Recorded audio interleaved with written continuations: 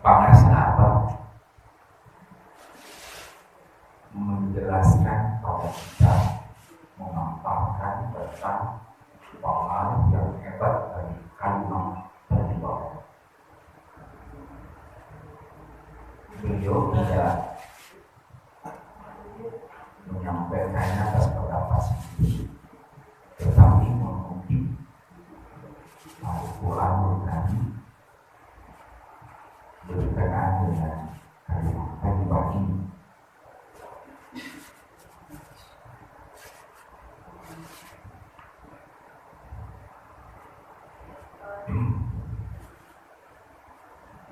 Ketika menyampaikan penghapusan ini, beliau cuma mengutip mata dalam Al-Quran.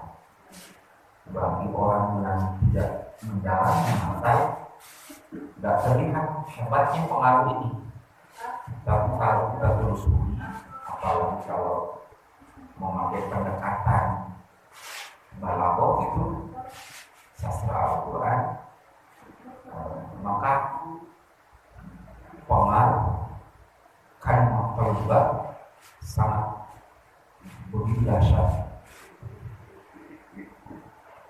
Sebelumnya sedikit bahas dulu tentang masal. Apa itu masal?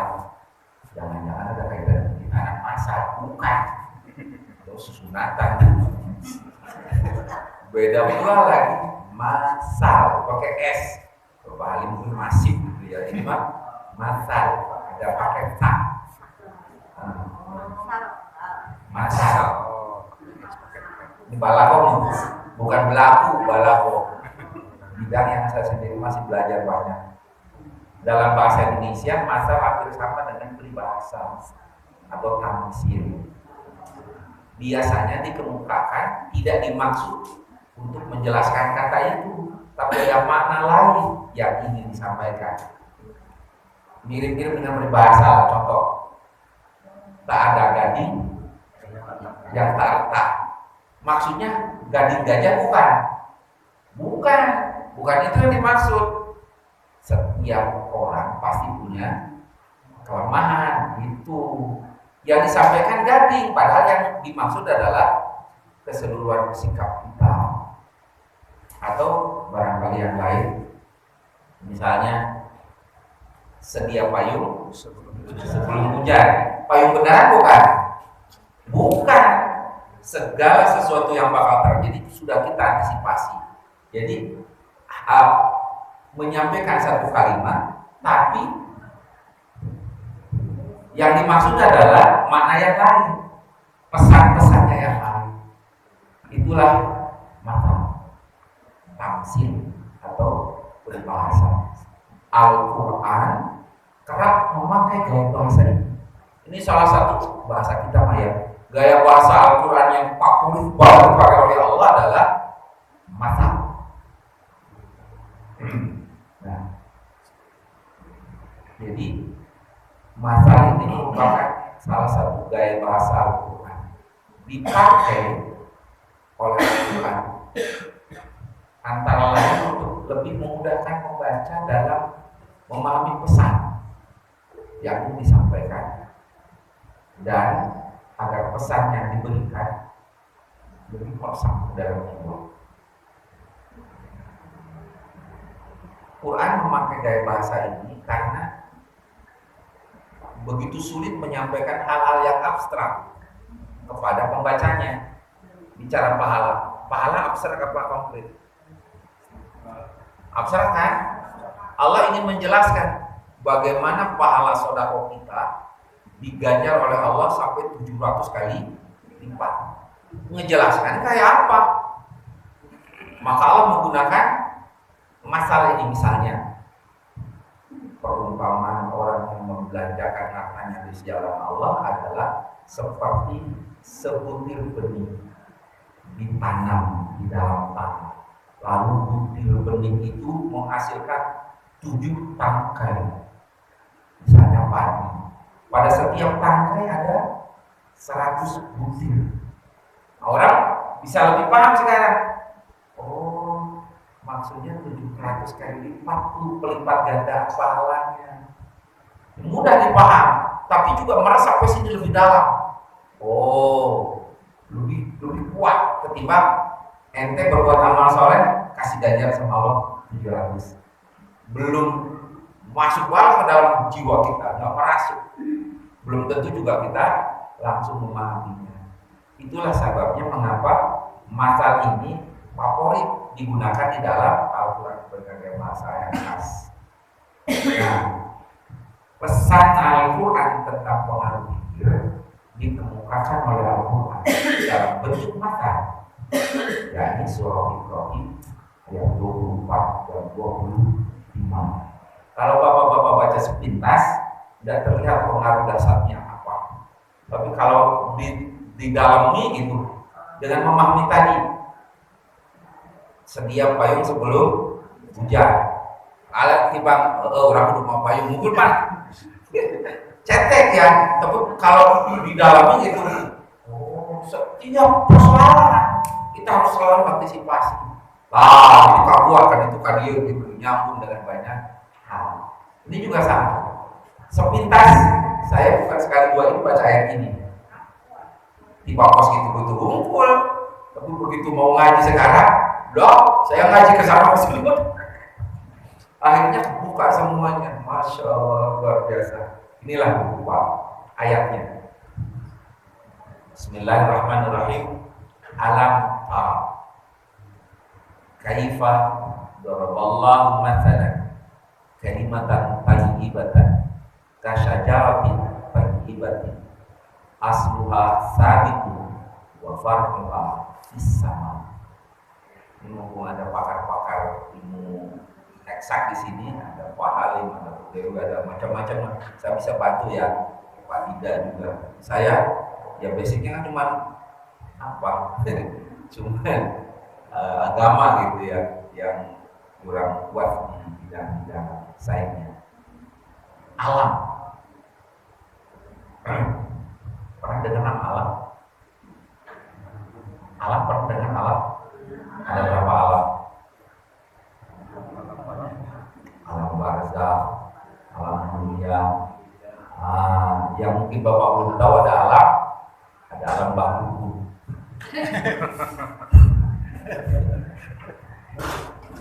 Saya pernah celebrate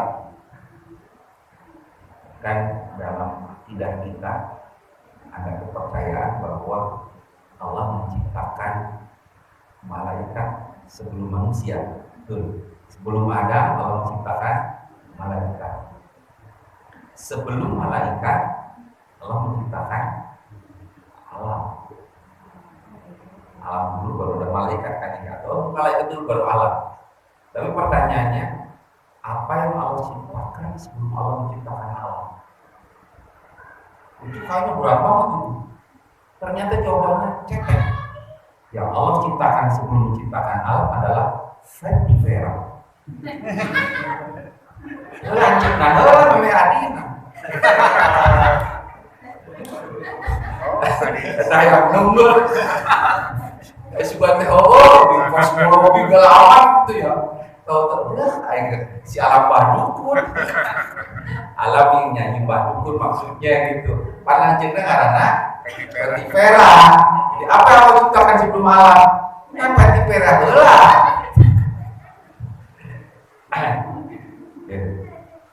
Alam tidakkah kamu perhatikan? Berarti Allah nyuruh kita perhatiin bagaimana Allah membuat perumpamaan, yaitu berupa kalimat thayyibah. Bedakan antara thayyibah dengan thayyib. Thayyibah itu artinya baik. Kalau thayyib sudah dua lebaran, sudah ulang-ulang.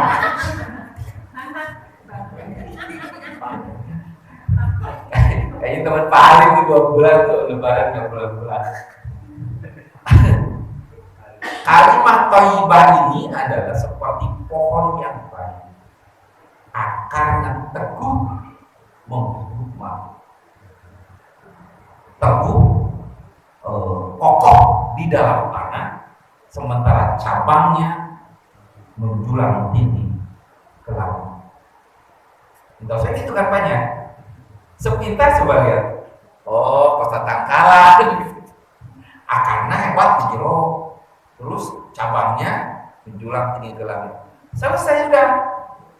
Tidak ada yang menarik karena kita tidak mencoba mendalami.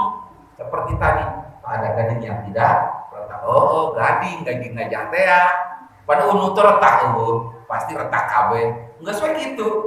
Tapi kalau kita telusuri lebih lanjut, dapat dari mana tuh gading? Dapat dari gajah. Gajahnya tinggal di mana? Apa karakter gajah? Dan sebagainya. Ini juga sama. Masih ada lagi kata Allah. Tukti ukulaha. Pohon ini memberikan buahnya pada setiap musim. Ini rahimah. Kudahin ini rahimah. Allah membuat perumpamaan untuk manusia. Tanya saya lupa mengatakan dua ayat. Nah, pertanyaannya apa yang dimaksud dengan kalimat rahimah? Karena ini pangkal pokoknya, subjeknya Allah sebut perumpamaan itu berupa kalimat rahimah.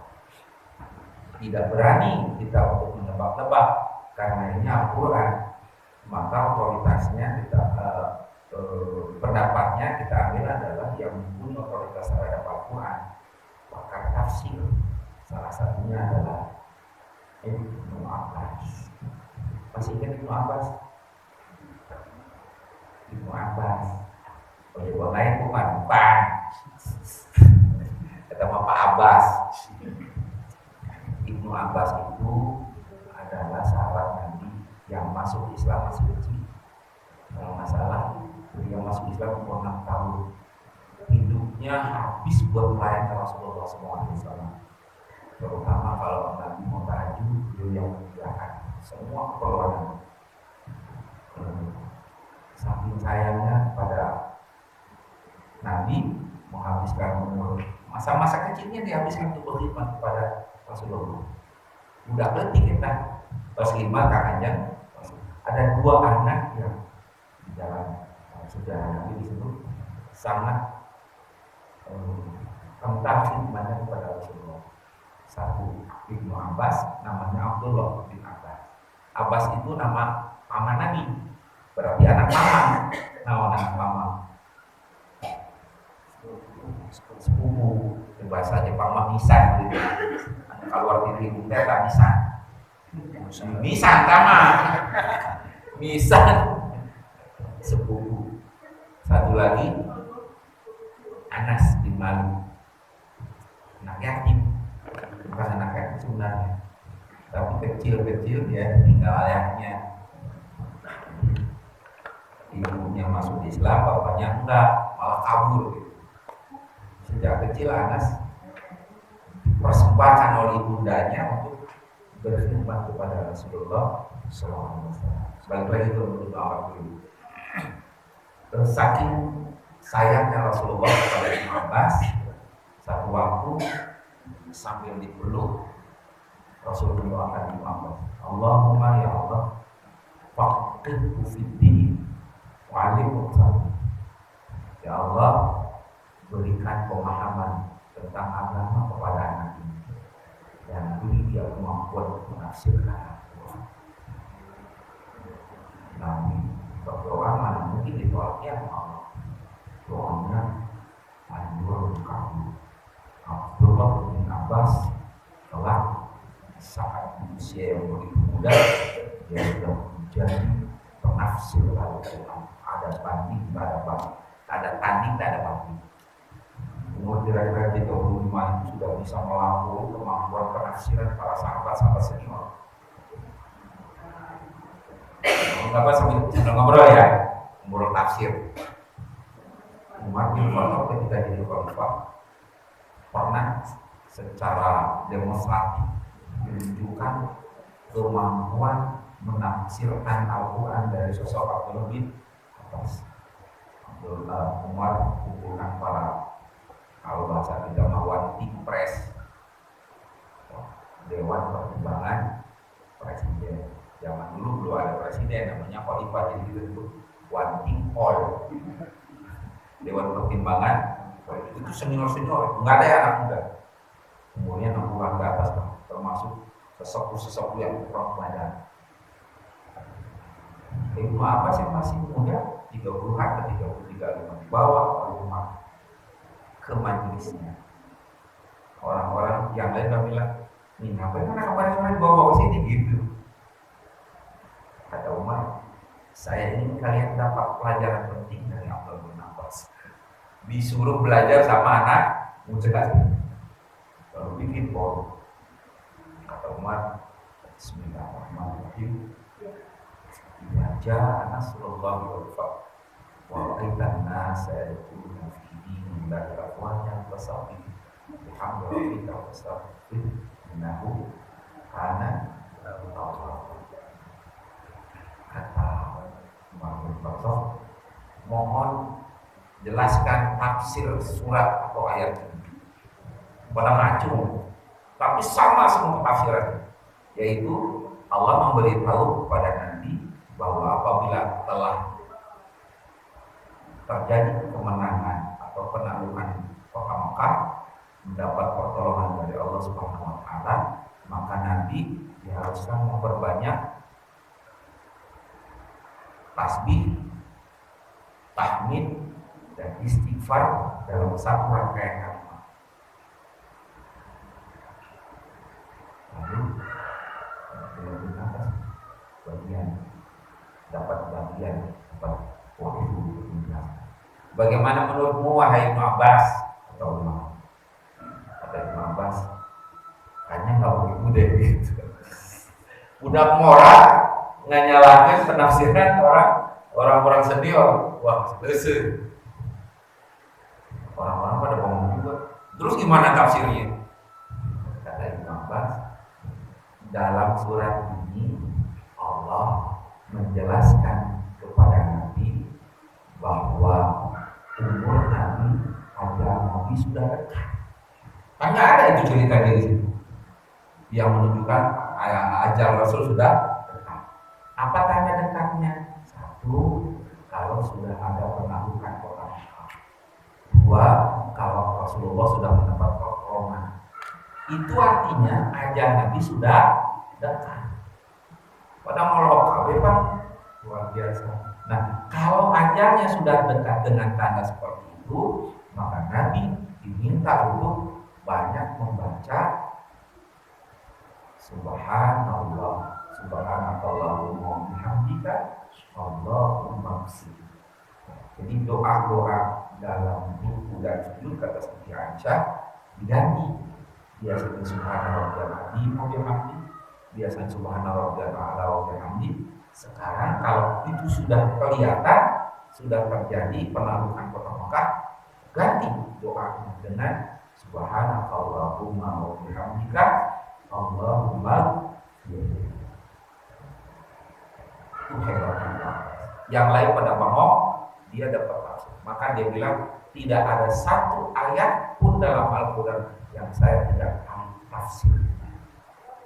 Berkah apa? Berkah apa? Khidmat kepada siapa? Rasulullah Sallallahu Alaihi Wasallam. Pengganti Nabi siapa?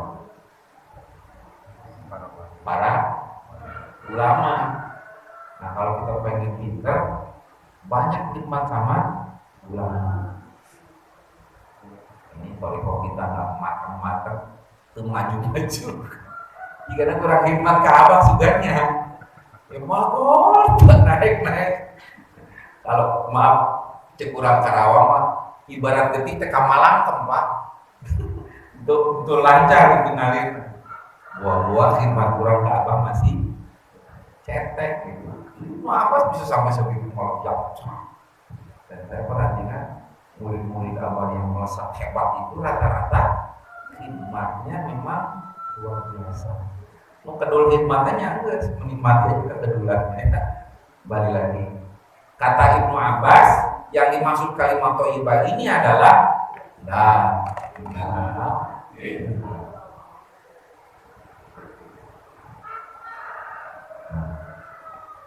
La ilaha illallah ini Masalah kalimatan thayyibatan kasajaratin thayyibah, seperti pohon yang thayyibah.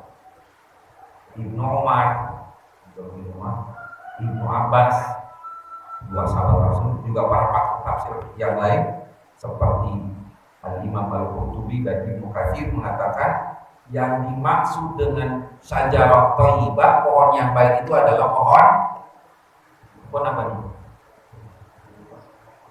Di Bandung nggak ada ya. Sama di Karawang juga nggak ada. Pohon apa nih Pak? Kurma, pohon palem. Pohon palem nggak ada orangnya no. Ini pohon kurma ini. Ada yang mengatakan itu pohon kelapa, mirip-mirip lah aja antara kelapa sama kurma, banyak mirip. Apa miripnya? Tidak, pahali bagiannya. Tidak ada bagian yang terbuang dari pohon. Semuanya bermanfaatnya. Saya hafal banget. Sabut yang dianggap tidak bermanfaat ternyata berguna bagi orang Tasik. Didian, perhati kumbang. Tidak ada yang terbuang tuh dari pohon kelapa. Sedemikian pula dengan pohon kurma. Banyak daun-daun rontok berguguran. Di pohon kurma tidak ada daun yang berguguran. Ini mempunyai keunikan tersendiri. Ini yang saya maksud. Kalau kita tidak mendalami ini, nggak kelihatan itu kehebatan ayat ini, tidak terasa. Ini bagiannya udah bagian balaghah ini, agak sedikit dalam, tapi perlu bantuan dari banyak orang, bantuan dari ahli-ahli terutama biologi untuk menjelaskan kayak apa sertifikat, kayak apa karakteristik dari pohon kurma. Karakteristiknya ini satu, tumbuhan ini adalah tumbuhan yang baik karena disebut thayyibah. Dari kata tib itu baik, artinya pohon ini memberi rasa nyaman. Kalau zaman dulu di Saudi sampai sekarang barangkali pohon itu yang membuat rindang. Kalau kita berteduh nyaman. Apalagi buahnya yang lezat. Angkat tangan Bu yang suka buah kurma. Rapat itu balikin kurma. Mohon maaf. Bedakan antara, maaf saya kurang berkenan bahwa tapi perlu saya sampaikan. Ada perbedaan antara kurma dengan kurma. Yang manis, yang bermanfaat dan disunahkan Rasulullah untuk dikonsumsi saat buka puasa itu kurma, bukan korma. Korma itu tidak ada apa-apanya dan tidak berguna sama sekali. Korma.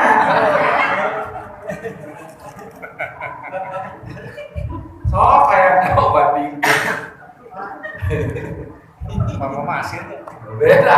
Kalau habis nggak rasaan roti asin.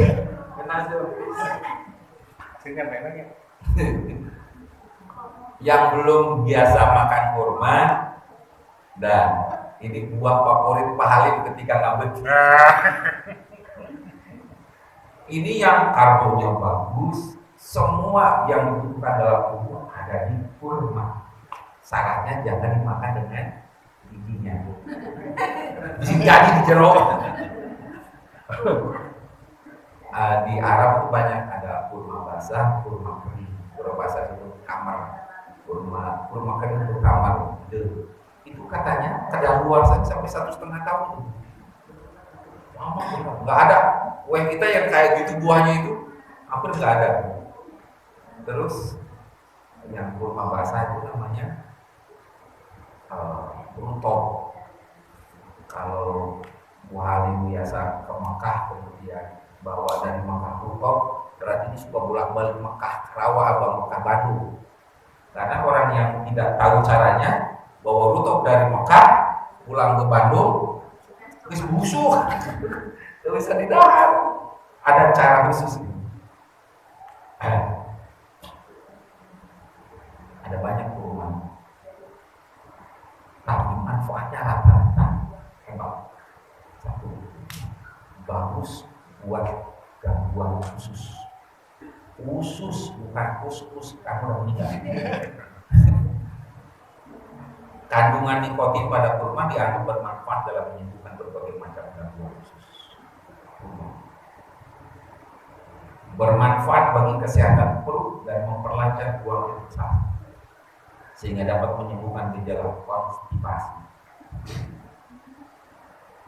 3. Bagus untuk kesehatan dan kekuatan tulang, terutama untuk emak-emak. Itu rata-rata saya perhatikan kalau udah masuk 60 gitu sudah. Jalan udah terseok-seok naon, lutut pengapuran. Saya dulu membayangkan untuk supaya kita nggak kena osteoporosis itu obat benar jengkol. Jengkol itu ternyata kandungan kalsiumnya lebih tinggi dari susu. Ini yang lebih hebat. Justru kurma yang bagus buat kesehatan dan kekuatan tulang karena mineralnya tinggi. Harganya mahal. Cari kurma yang bagus, lezat dan murah. Kalau nanti Bapak Ibu ketemu, saya sudah mendapatkan yang paling enak adalah satu Tanggorong, namanya kurma merek Kabang. Dijamin enak banget. Kurma yang kagak beli.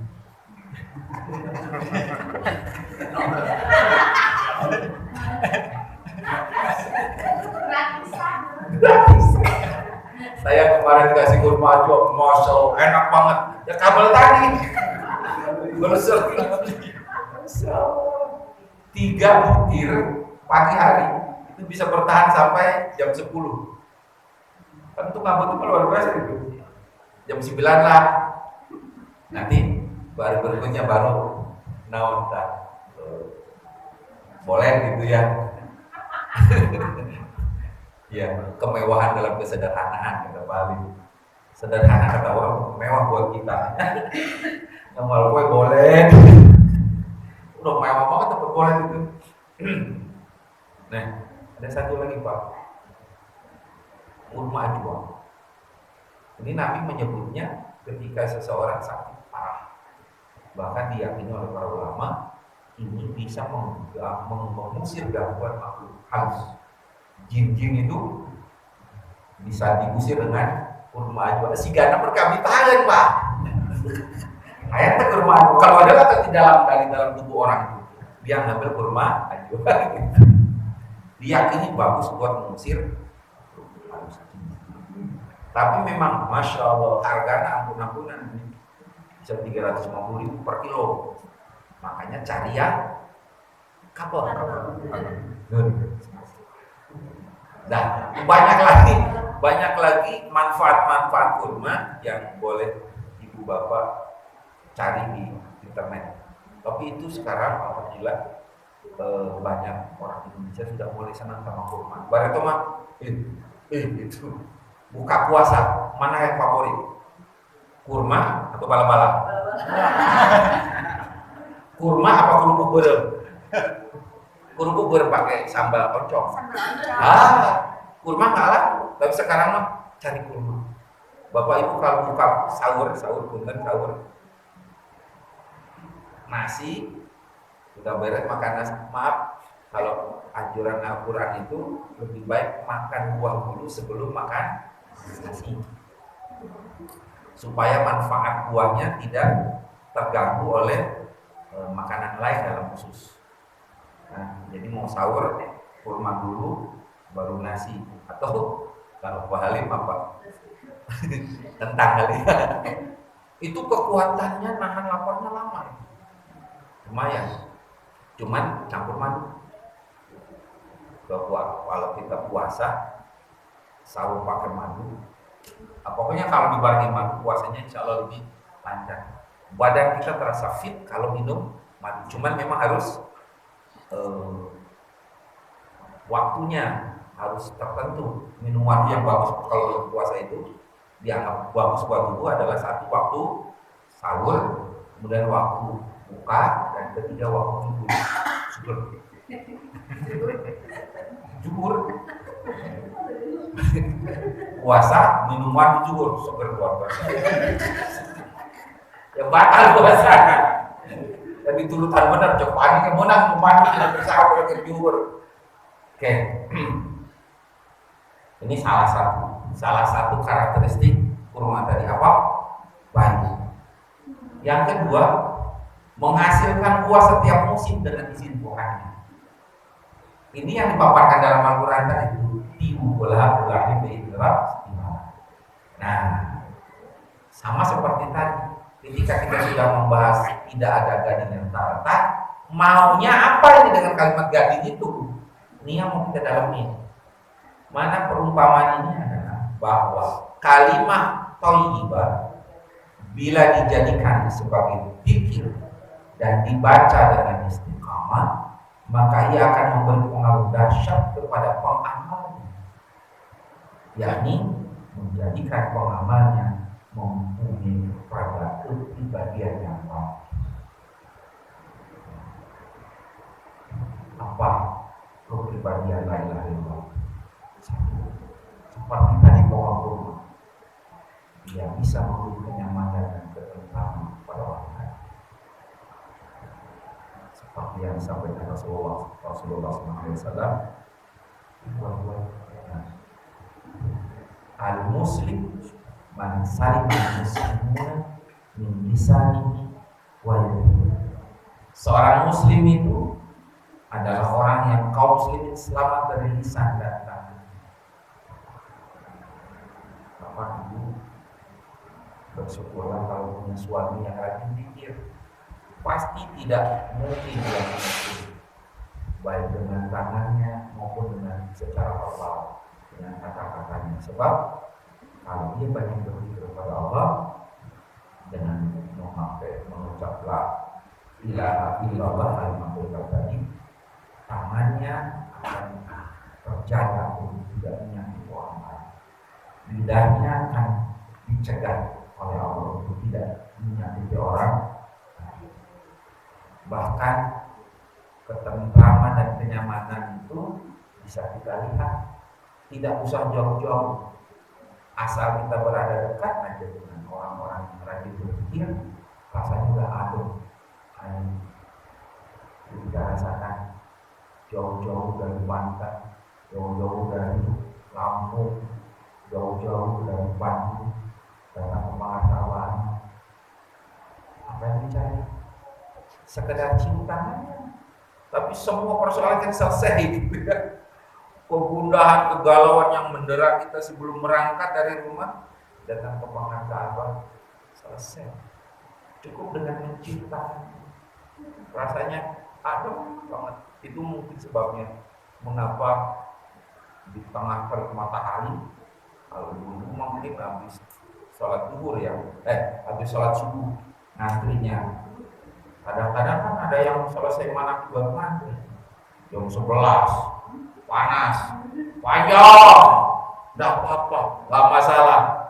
Hanya ingin bermusafahah, ingin mencium tangan pengantar. Itu pun kadang-kadang ditutup oleh sorban. Di Rawamangun banyak orang datang menantikan. Yang dikejar tanahnya mana? Kayak pandangan ada Pak Nur gitu. Datang, cium, udah ngobrol dikit, lihat wajahnya udah sejuk. Ini aja. Maaf, saya pernah lihat artis karena kalau saya mungkin saya sudah mengenal Abah sebagai bapaknya sendiri itu mencium tangan bola papan seperti tidak mau dilepaskan tangannya, kemudian bolak-balik belokok. Dia rasakan begitu tenang kali ini. Memang ada teori mengapa dibolak-balik sampai di sini. Itu setiap orang punya cerita mengapa harus bolak-balik begitu. Tapi kalau percuma kalau cium tangan saya ciumnya bau tarasi.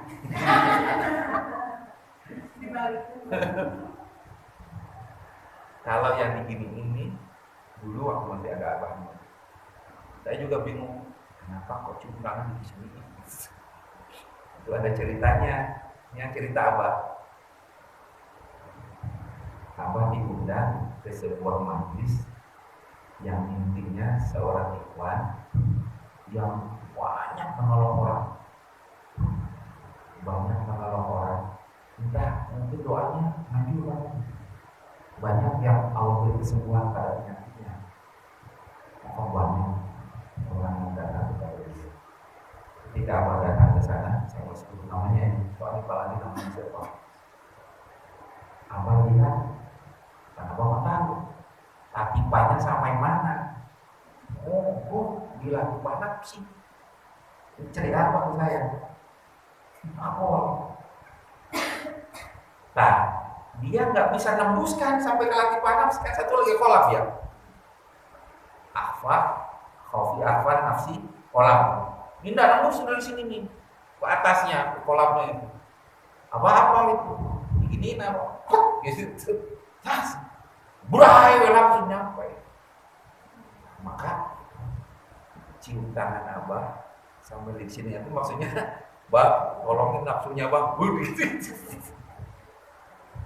Itu rahasianya mengapa ada orang cium tangan sampai ke sini tuh.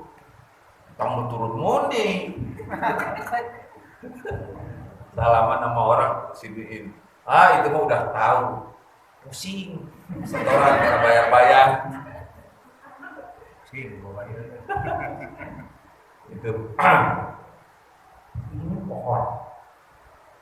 Inilah kepribadian orang yang dawam dzikir la ilaha illallah bisa memberi ketenangan. Bahkan ketika lihat wajahnya kita udah merasa tenang. Apalagi kalau tinggal di rumahnya, betahnya luar biasa. Itu balik-balik bisa sampai lama. Bapak juga begitu. Kalau sudah kuat pikirnya, kalau sudah istiqomah pikir la ilaha illallahnya, setidak-tidaknya tidak akan sanggup untuk melukai, menyakiti orang lain, baik dengan lidahnya atau juga dengan tangannya. Terasa untuk semua gerakannya. Jadi kalau ada yang masih ongkoh rajin pikir, kalau orang Sunda, orang Karawang bilang uras gegerong, masih mending uras gegerong. Tapi ini mah bahasanya lebih banget. Apa bahasa Jepang? Julid juga. Nah, ini ada masalah kayaknya di pikirnya kali ya. La ilaha illallahnya belum bisa mengubah, belum bisa membentuk kepribadian. Nah, dua dia. Tiga. Karakteristik dari pribadi yang seperti la ilaha illallah ini adalah imannya kokoh, kuat, bagai akar pohon yang mengguncang.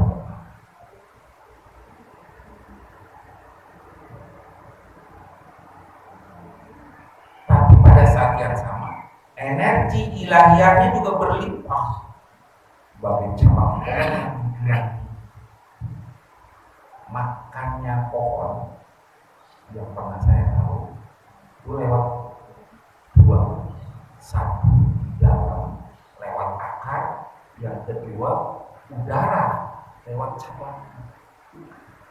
Jadi ketika Allah berkata, berfirman dengan mengatakan akarnya menjunjang ke dalam, sementara cabang menjulang tinggi, itu dalam rangka mengambil nutrisi untuk ke pertumbuhan pohon. Jadi dalam pribadi orang mendawamkan pribadi Allah, pertama imannya kuat. Kalau imannya kuat, maka dia tangguh menghadapi semua persoalan hidup. Seberat apapun dia bisa hadapinya dengan senyum.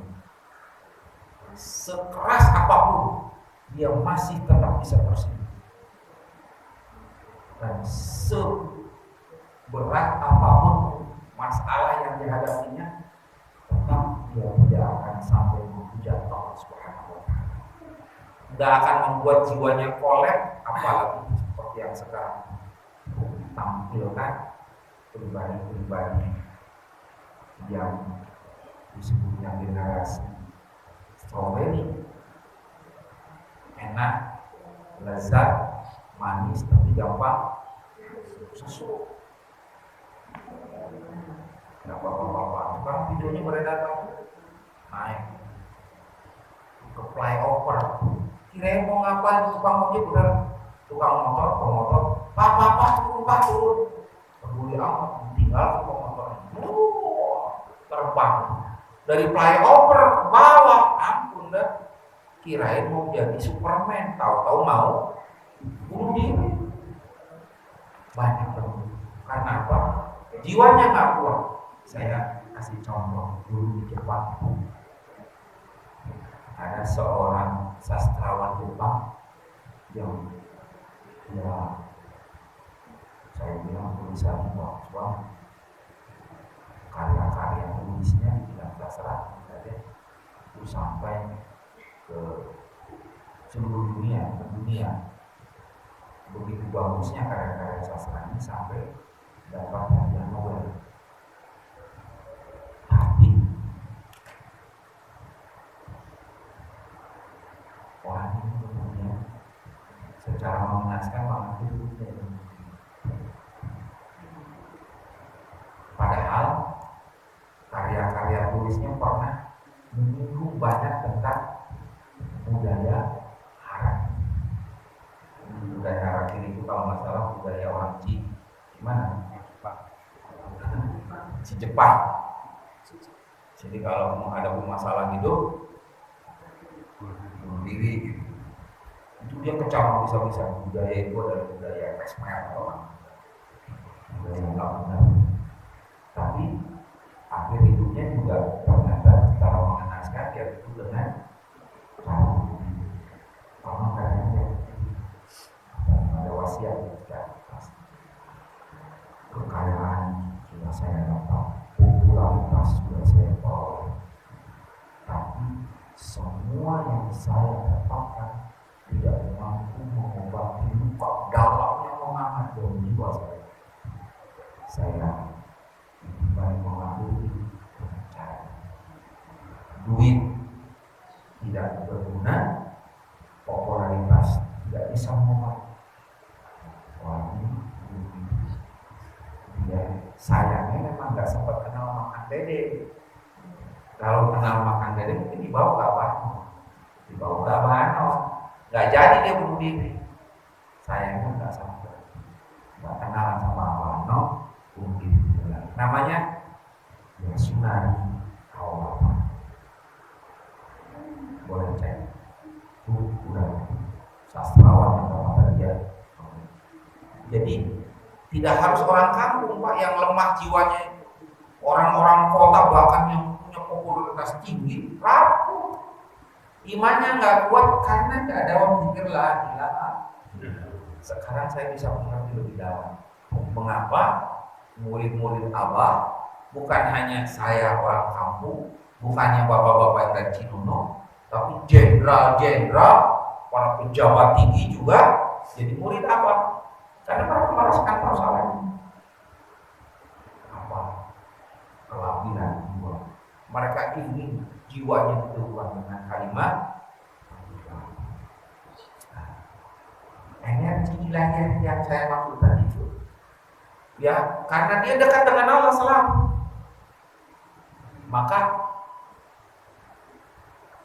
dengan iman yang kuat, energi ilahiyah yang berlimpah, badannya terasa ringan untuk menunaikan amal soleh.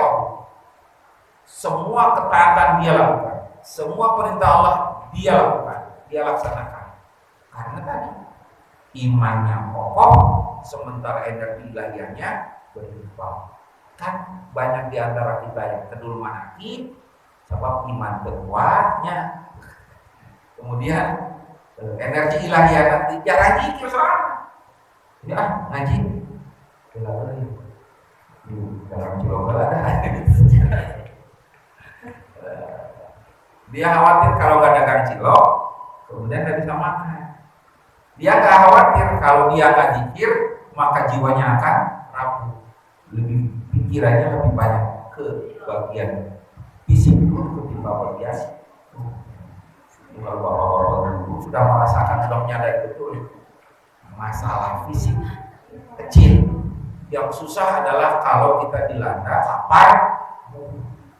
Kalau stunting bahasanya ya stunting fisik masih bisa lah disembuhkan. Kalau stunting ruh berat, kita tinggal sehat padahal sakit. Kelihatannya seperti normal padahal belok. Ada loneliness, ada rasa sedih.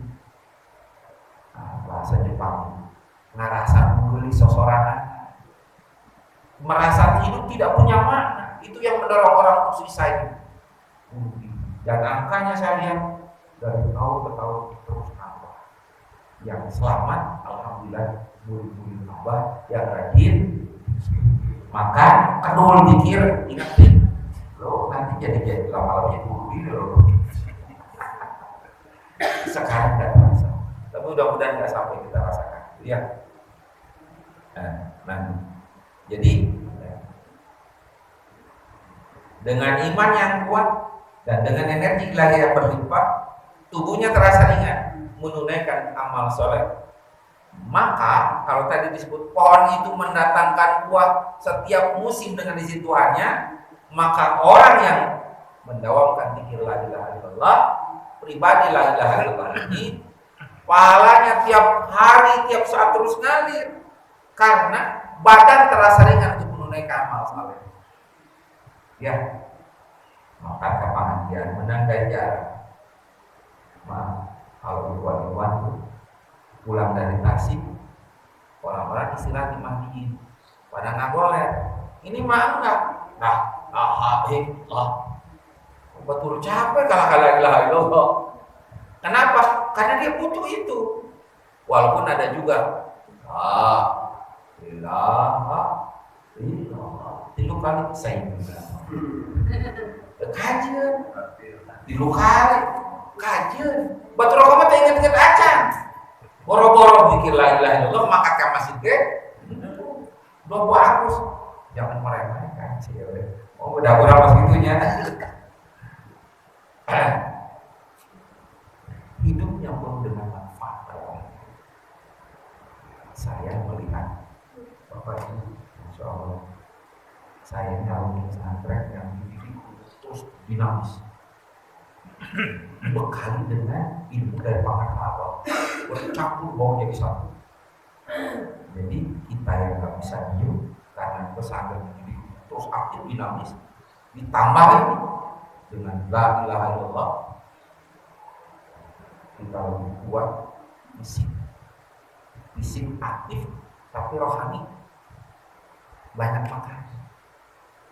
Jadi kita merasa mudah-mudahan tetap sehat loh ya. Tidak merasa terganggu. Kalau dulu sebelum belajar agama ya pasti udah capek, pakai kok itu tuh dan malam nggak lewat. Sekarang secapek apapun ya. Dulu di pesantren saya dan sampai sekarang saya lihat di pesantren kami jam 10 itu belum pada hiburan anak, apalagi guru-guru belajar dibimbing oleh guru sampai jam 10 malam. Sekedar Bapak Ibu tahu, nggak ada bayaran. Beda dengan sekolah-sekolah Islam per jam berapa besar. Ini dibimbing belajar sampai malam, pagi subuh udah kumpul lagi di kelas belajar lagi. Capek. Sekarang ditambah capek fisik itu diimbangi dengan makanan nutrisi yang lebih menantang sehingga fisik rohani kita lebih kuat. Inilah manusia terbaik yang disebut oleh hadis khairun nas anfa'uhum. Manusia yang paling bermanfaat adalah manusia yang terbaik adalah yang paling banyak memberi manfaat pada orang. Di bagian akhir tentang ini, para sahabat juga mudik jaminan dari Allah Subhanahu wa Ta'ala bagi para berpikir. Apabila dikokohkan dalam kehidupan dunia dan akhirat. Ayatnya, Sabitullahu alladhina amanu bil qawli tsabit fil hayati dunya wa fil akhirah.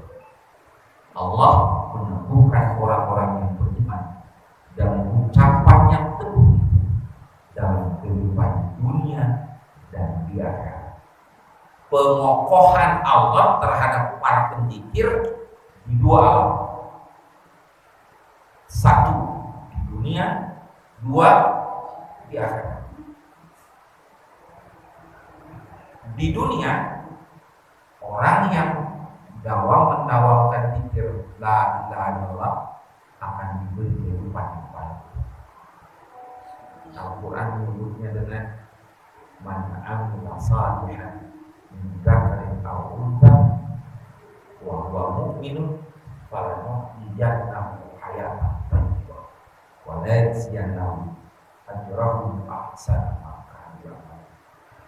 Siapa yang mengerjakan kebajikan baik laki-laki maupun perempuan sedangkan dia seorang mukmin, sungguh kamu pasti akan berikan kepadanya kehidupan yang baik. Lanahyiyannahu hayatan thayyibah. Ayat ini memang bicara tentang amal saleh, tapi kita tahu bahwa zikir adalah bagian dari amal saleh. Karena itu jaminannya berlaku untuk zikir, yakni mereka yang rajin berzikir, insya Allah Allah akan berikan kepadanya hayatan thayyibah, kehidupan yang baik. Yang menurut Ibnu Abbas, kehidupan yang baik itu adalah rizkinya baik. Bahasa sederhananya, rizkinya baik, berlimpah, dicukupkan, kekurangan, kehambarannya tidak ada kalimat head. Tahu head? Orang Bandung nggak pernah mengucapkan head di Karawang. Asal yang masalah head, asal dapat duit head. Rizki yang cukup. Dan yang kedua, hayatan saidah, kehidupan yang bahagia. Itu kata Ibnu Abbas. Jadi orang yang berpikir jaminan diberi kehidupan yang baik, rizki yang berlimpah cukup berkah, dan kehidupan yang membahagiakan. Anak-anaknya soleh, lain karangan bereng anak soleh kabeh. Istrinya solehah, suaminya soleh. Gimana enggak? Saya lihat pada manaki berduaan, coba zikir berduaan. Ini jauh melampaui lamundan. Kalau di lamundan itu kan keharmonisan itu hanya ditunjukkan lewat makan piring, sepiring berdua, itu doang. Tapi kalau di kalangan ikhwan, kesetiaan keharmonisannya ditunjukkan dalam zikir bersama. Saya ingat bapaknya jadi imam, ibunya, istrinya jadi makmum. Zikirnya bareng-bareng lestari. Masya Allah. Di kiri kanannya anak-anaknya kecil-kecil ikutan juga gitu, ada pinter gitu. Masya Allah. Kebahagiaan apa lagi yang belum hidup? Belum lagi diberi kehidupan yang baik. Menurut saya kehidupan yang baik itu yang berkah. Tidak ada masalah kalau cuma mungkin rumahnya cuma 2 tingkat tapi luasnya cuma 400 meter. Nah, apa yang penting berkah. Pekerjaannya di kantor bagus. Tidak apa-apa cuma manajer doang. Jadi kepala sekolah doang, anak-anaknya terbilang cuma masuk sekolah universitas negeri, paling dapat sarjana semua, nggak apa-apa, yang penting berkahnya.